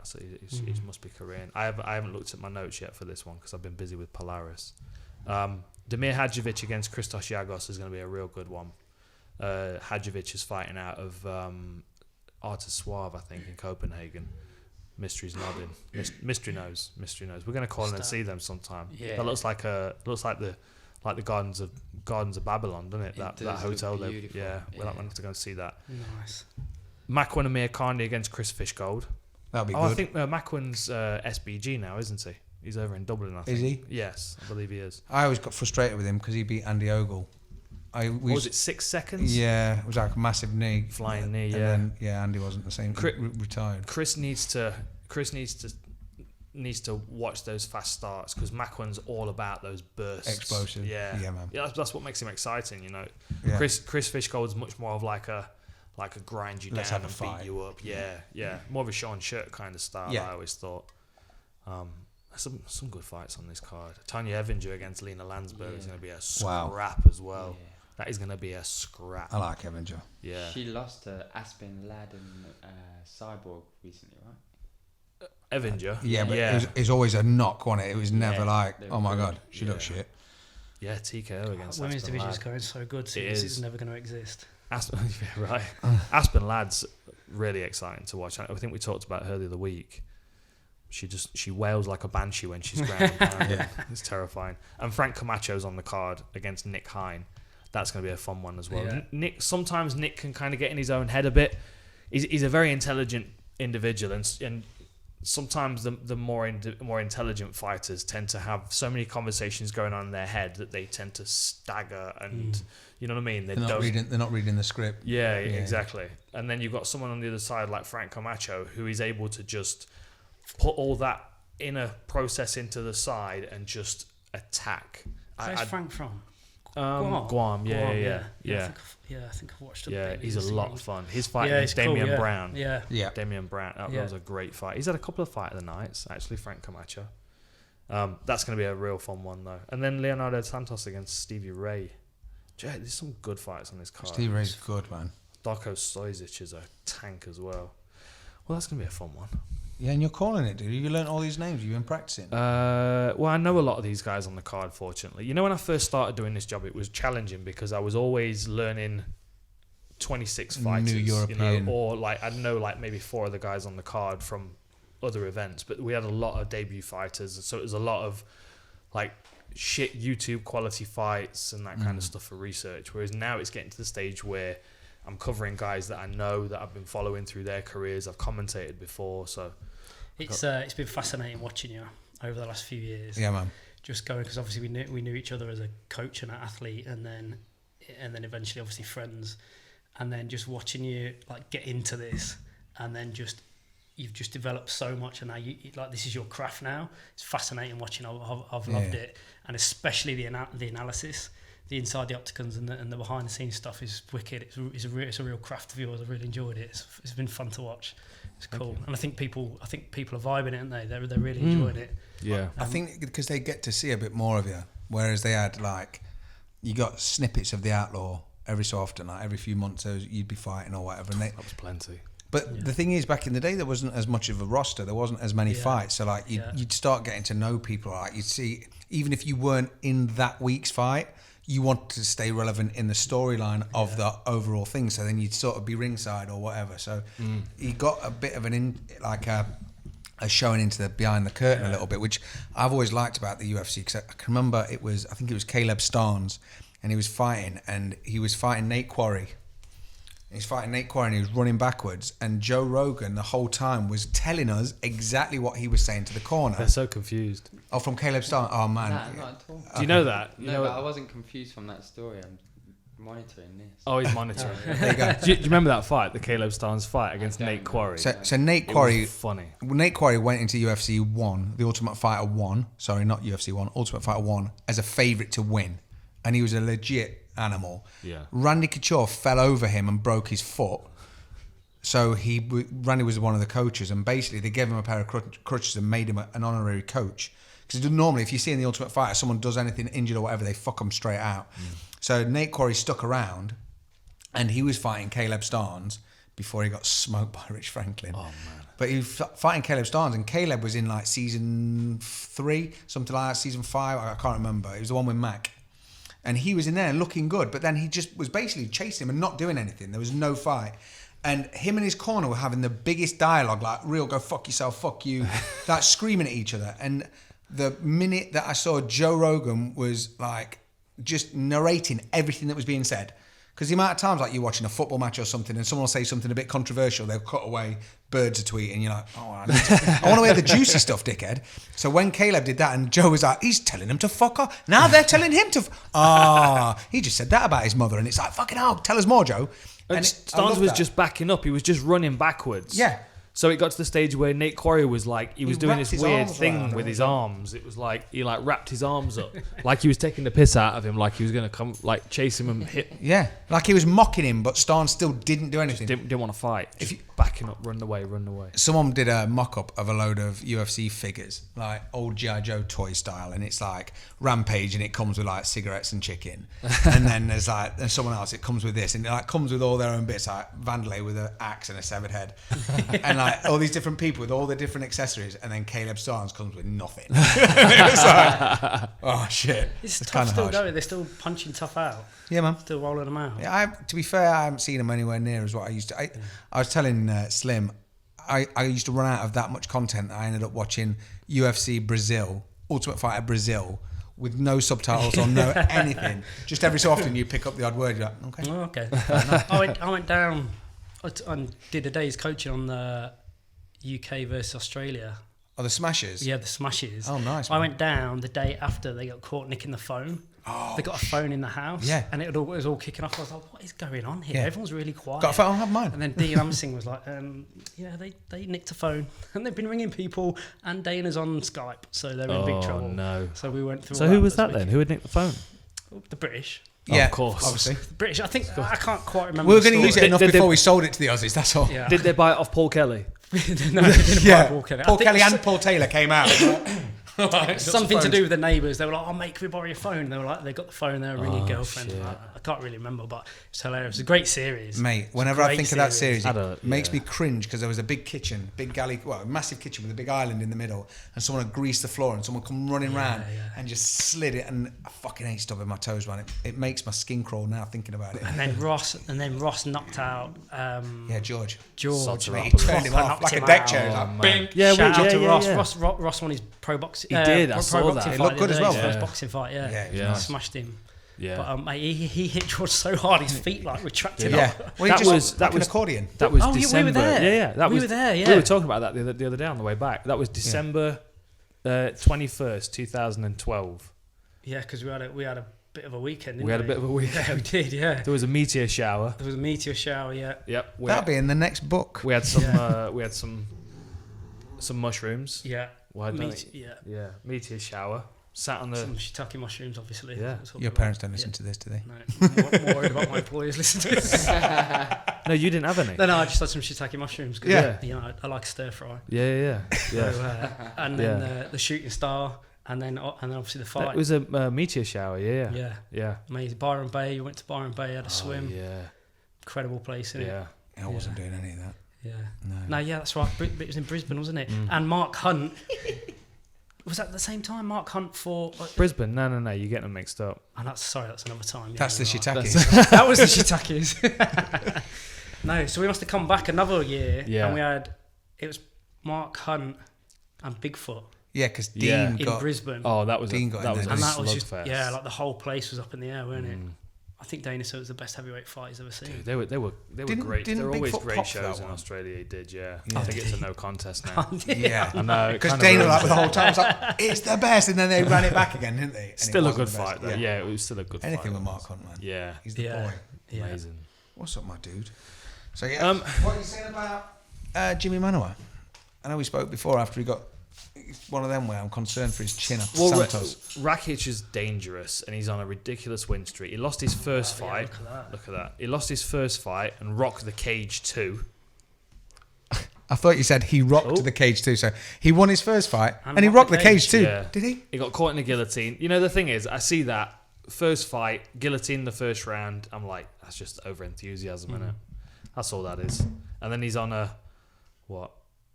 11 fight win streak now. Holy shit. With TKOs from punches, head kick knockouts from left hooks, and a north-south choke. You don't see them very often. Balls to the face.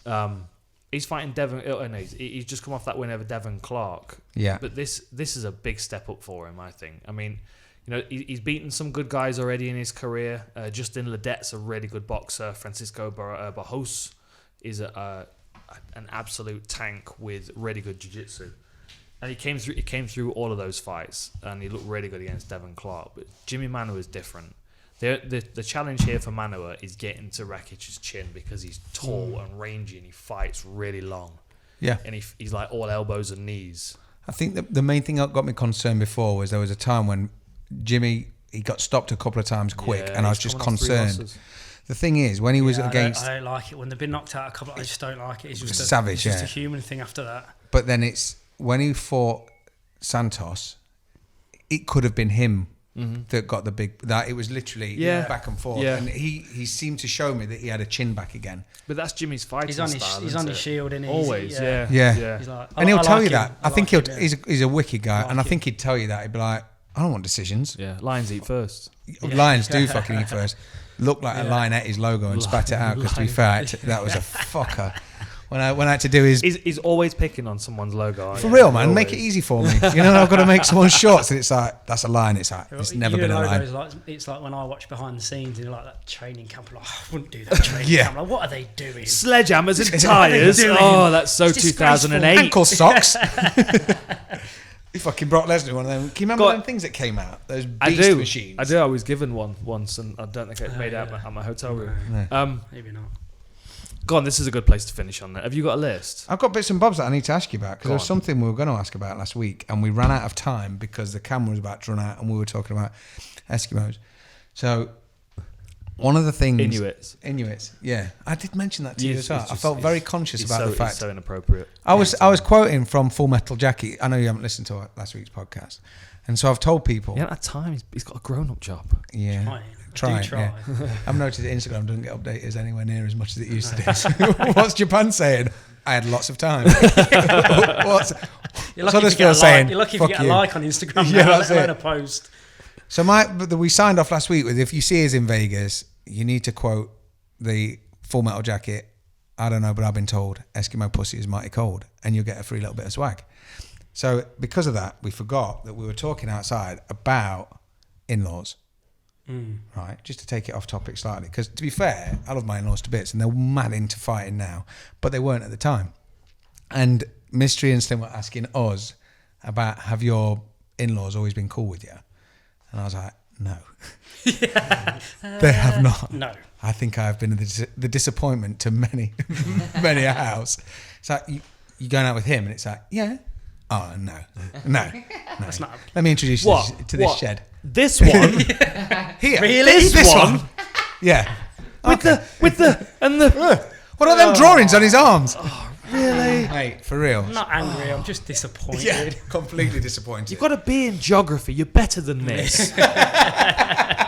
GCSE B Tech.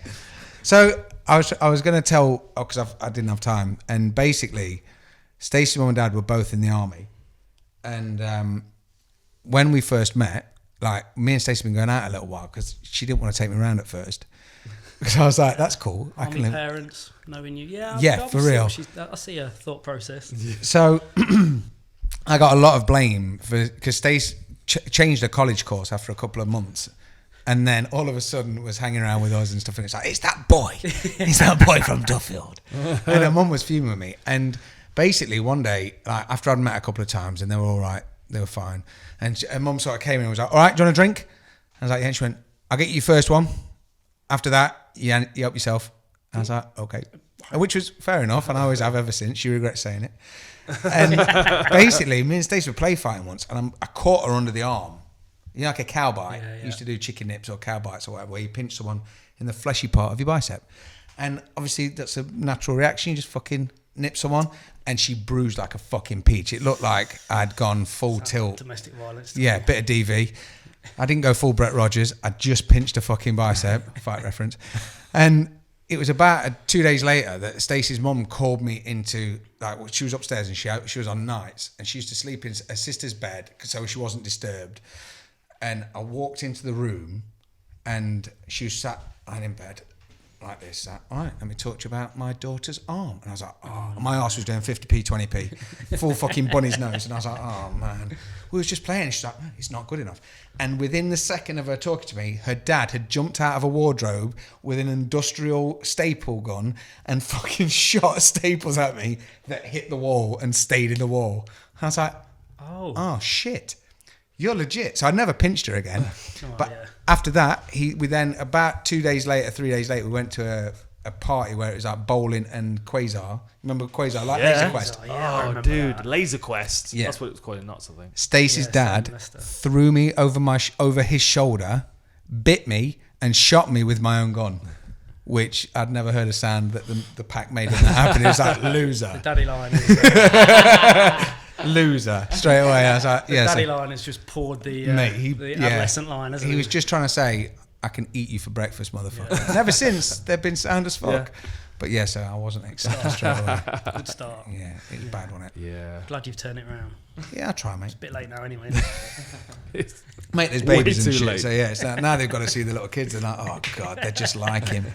That one said fuck last week. To be fair, we sat watching telly the other day, and the kids, because it's their holidays, they stop in Moo's room in the loft, because it's converted. It's not just a dusty loft.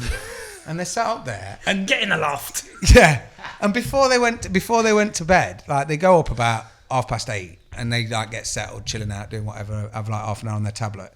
And me and Stacey will sit downstairs starting to watch something, and we heard fucking cunt. And I was like, and the problem was, my youngest is a fucker.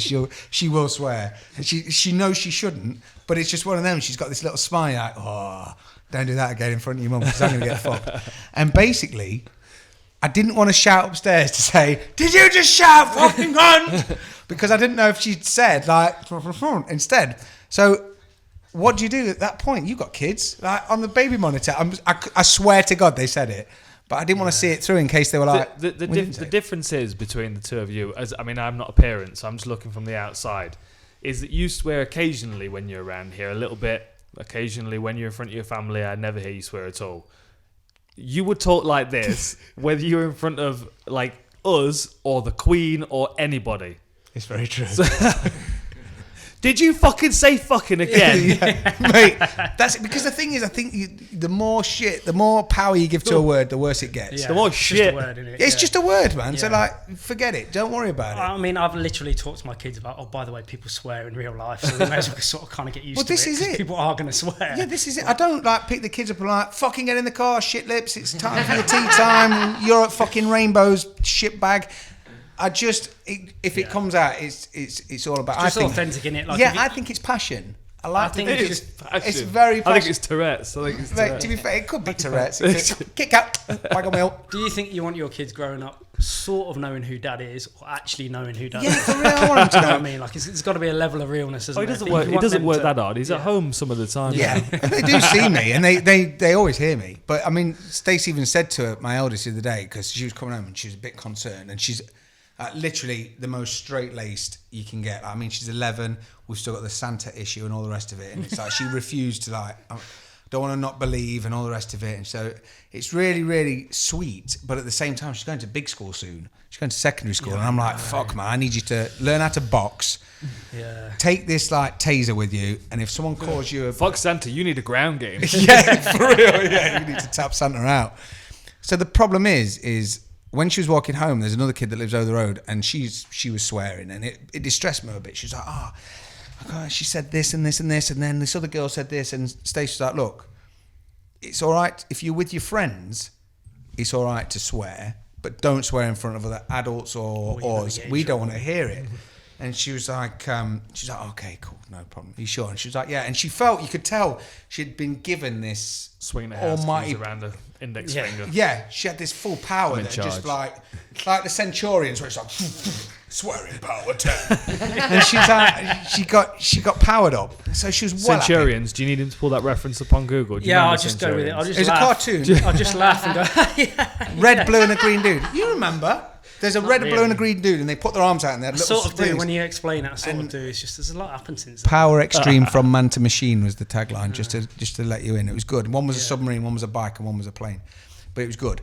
Anyway, she's got this power up now to be able to swear, and because it's been dead nice recently, we sit out in the garden when the kids get back playing basketball and stuff, and it's wicked. So Moo came in and she's like, "Mummy, someone swore again tonight, so I swore," and we were like, "Okay," and the language that came out of her mouth was like a dustbin man had just been sent to hell and didn't like what he saw. And she went bonkers. And Stacey's like, oh no, we let you, like with your friends, contain it, but we don't want to know what's happened. And she's like, yeah, well, she fucking said fucking this fuck. And I was like, whoa! Stop. Yeah, Stop. don't do that. Yeah, I just saw the innocence just fucking Told you about draining. the iTunes family sharing Yes. on the iTunes. Yeah. So you know, maybe you don't have it, but you But can that's get pride. iTunes family sharing, so everyone gets access to everything. And then suddenly Dr. Dre and Snoop Dogg pop up on the family share, and I'm like, I didn't put that on. Walk past the bedroom, da da da da da. It's the motherfucker. I was like, Snoop Dogg! yes,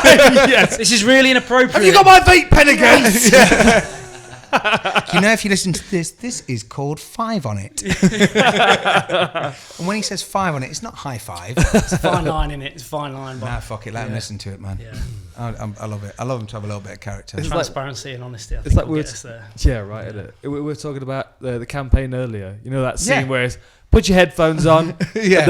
They're just like going at it across the dinner table, cussing back and forward. Amazing. And it cuts to what the kids are listening to. Yeah, just some gangster rap. Some titties. Some titties. Mate, You boys need to watch that. You haven't watched the campaign. It's you good. did watch Grandma's Boy though, Yeah, right? yeah, What do you think to Grandma's Boy? It's amazing. JP is so funny. mate, this is Fucking it. awesome. You've got old school. Like to be like, you have to go for Saturday night something by Seth Rogen with Seth Rogen, Yep. or something Seth Rogen would like. Yeah. We watched Hot Tub Time Machine 2 again. Nice. I've seen that. It's dog shit, but it's pretty really good. It's worth a watch. Because the other thing I got in here, I really smiled to myself as well when I thought of this, which was after our Friday that we had Epic Friday. Well, we had Epic Thursday and Epic Friday because it was one of them where, shout out to Jin again, we need to give him massive props for this, because we went to see him for the MacBooks and stuff, and basically we went down there, he gave us the full tilt lowdown, and it was even cooler because whenever you go to an Apple store, there's like 20,000 people who work there, and you have to walk past them all. I don't buy it. I don't like it. See, hi, how are you? Nah, that's not real. Well, stop. I It's normally your look MacBook. like I'm going to get thrown out of there before I've even walked in. It's a bit like that Pretty Woman scene. They're like, "Are you all right, sir?" If you just come to use the tablets again, I'm fine. Like, No, turn around. We're busy. I was just going to play the demo 10 minutes. No, off you go. So when I walked in, Mystery was already in there talking to Jin, and we had to walk past like 25 other members. Are you okay, sir? Yeah, like, I'm fine. I'm fucking fine, bro. Ask your mate, just would you like? Do you need any help? No, I'm cool, man. Your green t-shirt's like whack. Anyway, let me in. So we got in there, and he showed us everything, and he gave us the full breakdown. He's like, "Yo, check it out. These are the MacBooks." And I was like, "They're fucking next level." And I was just the whole time buzzing like a kid at Christmas. And he basically sent us away because he was sorting out Should everything. I send that to Santa? Yes. No, fuck that. Okay. Not now, no. I'll be all right. So he rang us up and he's like, "All right, boys, good news and bad news." And this was on Thursday. And we was like, "Yes. What's the bad news?" He's like, "Bad news is your MacBooks are going to be tomorrow." And we're like, "Oh, wank. Why is that?" And he's like, "Because the good news is you're going to be the first ones to get the new 2019 model." And I was like, "Oh, yoy." So I was buzzing my tits off. This one levitates. Yeah, exactly. Yeah, this one makes you tea. So on the Friday when I was dropping the kids off and I was jumping back in the car, my next stop was to come here. I was so excited. I was like, "I've never been this jazzed on a Friday before." And I was like, "Yeah, I have." And it was because of Pat Sharp's Funhouse. Do you remember? Dude, I remember. remember All of a that. sudden, I've got turkey dinosaurs taste in my mouth as well. Yeah. Funhouse. Too much ketchup. Yeah, too much ketchup. Whole lot of fun. Prizes to be won. It's a real crazy show. But did you ever Did he not get... have a horrible mullet and He a shell did. suit? And all the kids used to say to him was like, "When are you going to get your haircut, Pat?" Like, "Fuck you. I've shagged your mum." I think that's what he whispered in their ear. See them never twins? said that. Adam. Melanie and Martina. Great show. Adam. How good was that show? How do you remember their names? I don't How know. do you remember that Fuck names? knows. I don't know. Full Rain Man. But, yeah. Unbelievable. But I the barely thing remember my is, own kids' names. Definitely when- don't remember their birthdays. No. I've got them tattooed. No idea. Mate, look. Yeah, it's on the calendar. Wedding date. It's legit my wedding date, and I've had to refer to it before. But when he used to come out, he'd come out at the end of, like, because normally on Monday to Thursday is like Blue Peter or some shit like that. Friday was Funhouse. You're like, fuck yeah. And the first thing he'd say is like, "Welcome to the beginning of the weekend." And you're like, "Oh, yes, Pat Sharp. Fucking get in." I think he's a DJ now. So Oh, that is was, it? I was going to say, I wonder what he's doing now. yeah. With his shirt unbuttoned all the way down. Yeah, and he's got like bit of a high top Definitely fade. some gold. Oh, He has got a high top definitely. fade. Nice. He's not got a mullet anymore. Shabba. Oh, mate. Yeah. Fucking hell. Have you got another thing to pick off your There's list? fucking loads go on, of stuff, Go on, man. pick one more thing and then we'll wrap it. Because I need to stand up. 'cause One my quick arse has thing gone is, square. do you think that Marlon Moraes looks like a fan art claymation of Wallace from Wallace and Gromit? I think he looks like a fucking killer. I'm not saying that to him. He does look like a Definitely killer. not But saying can you that remember, to you know the game Mr. Pop, where you had to put all his features on, like a moustache and eyebrows and stuff before it popped up? Do you think he looks like I Mr. do Pop remember before you that. put anything in? Do you think? The last one was one from last week, which we think, yeah, the very last one. Very So last that one didn't count. No, then. I want to see what you think about this, because we went to a drive-through, and basically we'd sat in this drive-through for about 10 minutes waiting to get some food, and while we were sat there, I was like getting a bit more like ragga the whole time. I was getting a bit agitated, and I was like, "What the fuck is going on? Why?" I don't know if you get that. I think you do, but it's like, why the fuck aren't we moving? And we got there, and it made me think about staff and employees and all the rest of it, and just kids nowadays being shitlords. And basically, we pulled up to this drive-through, and this guy looked at me, and I know this is now audio and video, but he had his head looking into the shop, closed his eyes, looked at me, and sort of did one of them. And I was like, I'm annoyed already. "Am I keeping you up, dickhead?" And he looked over, and I was getting some KFC for the kids. And basically, when we have KFC as a family, we normally have this set. So like you get the strips and the popcorn. So like you can mix up and give them a bit of each. Kids weren't there. No, they weren't. It's just me. Oh, the chicken. 2 family buckets Yeah. and no kids. Yeah. Interesting. And just lube my gullet. So I said to the girls, what do you want? And they were like, I specifically want these 3 different separate meals in one. And I was like, no, I'm not doing a big order. I'm just getting bits. And they were like, no. So I was convinced I could get a couple of strips, split them up, and then I'll get them some popcorn. So my question to him was, what's the smallest portion of popcorn chicken they do? Because they used to do like this little snack box, which would have been perfect. And he looked at me and smirked, went, small. Oh. I was like, motherfucker, please. So I was like, okay. I started putting stuff together and I was like, what do you want, girls? Talk to her. And the whole time he's huffing and puffing and just sat in this window ledge. Is that everything? I was like, yeah, it is, until I break your neck, motherfucker. And basically, I turned to Stacey and she was then trying to diffuse the situation because she saw that I was going to go Paulie Malignaggi and start spitting at people. So basically, she said to me, like, calm down, it's all right. So I just turned around, all right, pal. Has someone fucking upset you? And he went, yeah, my boss. The fucking bitch. And I was like, oi. I was like, yo. He went, yeah, so the card machine ain't working. So I said, cash only at the drive-thru. If you really want chicken, you can park. Wow, the sass. And I was like, what the fuck? Yeah, more sass than like RuPaul's Drag Race, man. And I was like, all right, well, maybe just like chill your beans a little bit. He goes, nah, but it's cold and I've got no jumper. And I was thinking, this kid was fully and it's just, I think it's a generational thing where they just act like thundercunts and then justify it. And I swear, if I'd have snapped his neck, I don't think I'd have had any remorse. I just gone, and like the gooey bit come out, and he's just hanging out the window. I think someone's just driven past, gone, fair enough. Chicken, please. Do you know what I mean? Yeah. What the fuck? Do you get that? I got thrown out of Six Flags in California. That was embarrassing. All right, I'll tell the story quick and then we'll wrap. Okay. So, I was at Six Flags. Which is an awesome amusement park. I had a season pass as well, and I was coming towards the end of my annual pass, so I was going one more time to, I was going to renew it. It's irrelevant. I was in the park for the last time, and we'd gone on this particular ride. I think it's called like Ninja or something, and it's like Nemesis at Alton Towers. Like you sit in it and it straps you down, but your legs are hanging. But in this particular one, it's got these things that come in front of your legs as well. Like on air, when it locks it in. And then it drops you forward, so you're laying forward, you're kind of hanging, and you're being held by this thing as it takes you like you're flying like a superhero. Is the idea. It's a lot like air. So we'd gone on this thing, and it's California. It's a red hot day, and you go on the ride, and it's like you've been queuing for an hour, and it's a 60-second ride if you're lucky, and you get back, and there are 2 cars, and while they're loading the next car, we're just hanging in the sun. Oi. And we're there for a while, to the point where I wasn't the first person to start shouting. Like, other people are shouting, come on, because, like, you're hanging, and you're starting to, like, lose circulation in your arms and that kind of thing. You can shout now. My fingers are starting to tingle, and, like, my head's, you know what I mean? I just want to yeah. get out. And then you start getting angry, and I'm, like shaking the thing, and I'm, like, trying to get out. So, anyway, they bring us back in, and as they bring us back into the big wooden shed thing, and they level you out, I see the kid that's controlling it, and he's just this arrogant fucking teenager that's just sitting there with his sunglasses on inside, like not interested. Do you know what I mean? And I went up to him and I was like, "What the fuck was that? Why did you leave us hanging there for so long?" And he just went, "Pff." Like computer says your no. 2 impressions of sassy, annoying teenagers are really good. Bang on, I was right? once upon a time. You've got to do one next. Only for about 10 minutes though. And I just, in that moment, it was just red mist. And I said something to him, something about grabbing him and pulling him over the thing. Like that. Something about death. Yeah. Something you're going to end. You're going to be ended soon. Enjoy this because you're about to die. And at the same time as me saying that, I can hear him like he's pushing a button under the table. I'm like, Shutters, Brave Star.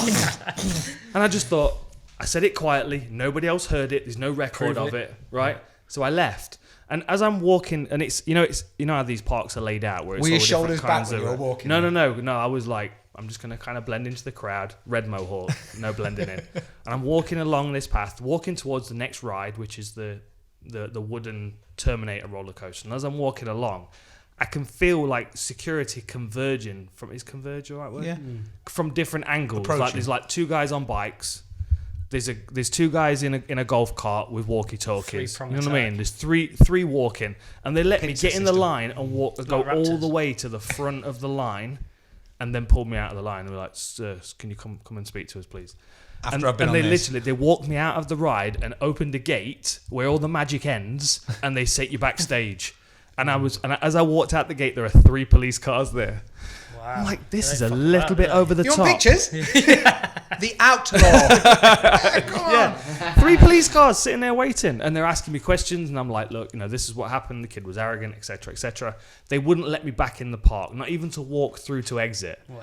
So I had to send my ex to their lockers to clear our locker and meet me at the front entrance, and then the 3 police cars followed me around the whole outside of the park Sure, you didn't mention to bomb the or main something entrance. like I that said along the way. nothing It's of the sort. If I I had, will can you blow you up imagine? with a bomb if you speak to me like that again. I'm going to go and put a trench coat on and blow you up with a bomb. And it's like, oh, triggers. Oh, no, can't say that. It was ridiculous. They followed me. So I mean, I've got 3 police cars following. I'm at walking pace, and they're crawling behind me.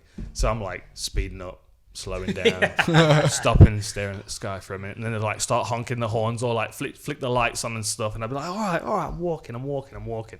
Stop, tie my shoelace. You know what I mean? I took my time all the way around the park. Taking a piss. That was one of those moments where it was someone that was just being unnecessarily Just red mist. ignorant. Yeah. Yeah. It just, even with Mario Kart that I bought with me, I went into the shop and I picked a second-hand copy off the shelf. I went back to being like 15 all of a sudden because I had some games to trade.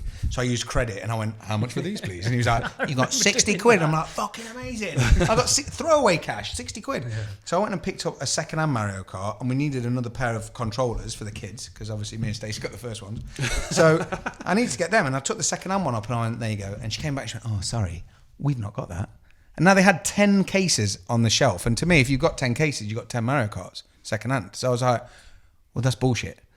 And I wasn't aggressive first. I was just like, oh, that's a bit silly. So you sure you haven't got any? She went, no, we've sold the last one. I went, that's really daft, because why would you have the case? And she's like, we get paid to show it there. And I was like, but that's just common sense. Like, if you haven't got a product, you can't put it out. And the guy came over, was straight, like, he went, ring head office. I was like, I beg your pardon? He said, ring head office. And I was like, all right, Pablo, chill your beans. I'm talking to her. All right, I wasn't Pablo being saying. aggressive. Do you work in a game store? Yeah, in game. But he instantly just straight away, and I was like, it's common sense, bro. If you've not got it, it's like if I go to a chip shop, I can't say fish and chips. He goes, oh, that's a picture. It's fucking stupid, man. Do you know what I mean? Sell me I've what you've recently got. been enjoying trying to mediate those situations, though. You know, when you just get white-walled by people, and you just go, oh, why is that then? Yeah. And then they have to explain it. We're like, oh, why don't we do this then?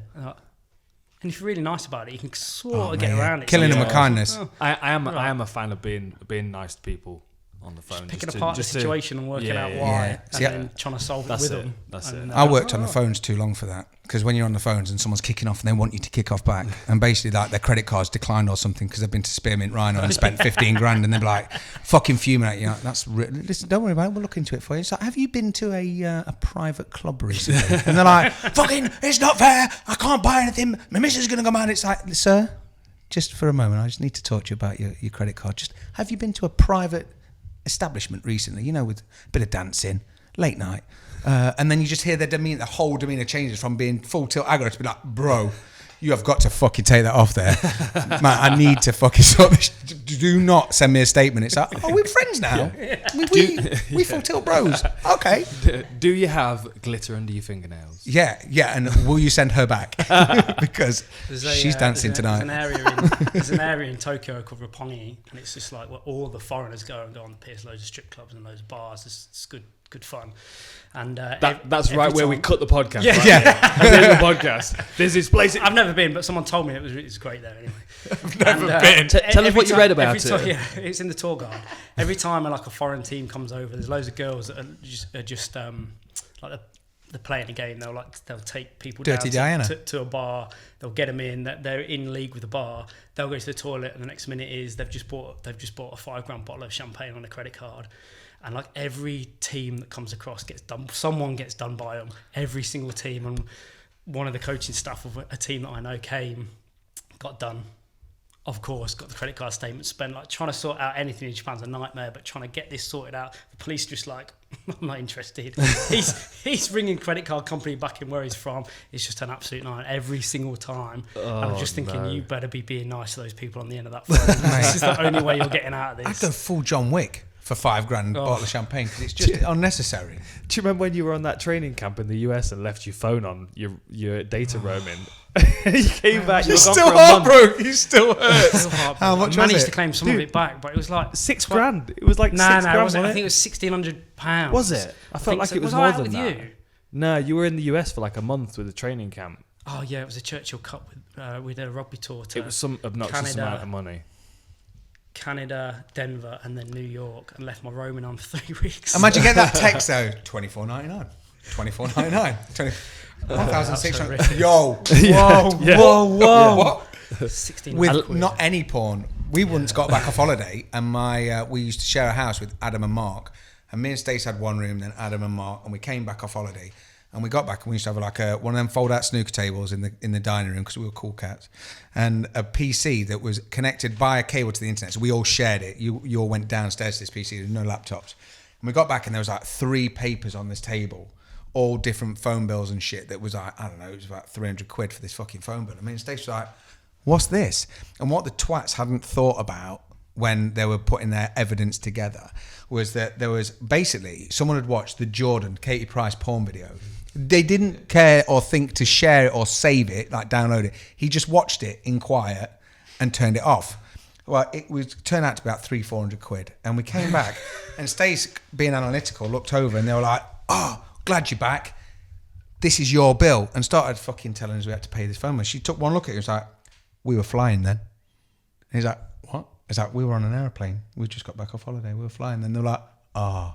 It was your," and then it caused this massive fight. And turned out one of them had downloaded or watched the Katie Price. It's not worth a watch. And that's how Katie Price bought that pink Range Rover. She did, yeah. And she got change as well. Yeah. Cool. All good? That's it, man. That was that one last thing I wanted to say. Yeah. Nice. I think I'm ready for a coffee. Always. Awesome. Nice one. Yeah. Thank you for joining us. See you next time. Take care. I felt like a reptile. I felt like a reptile.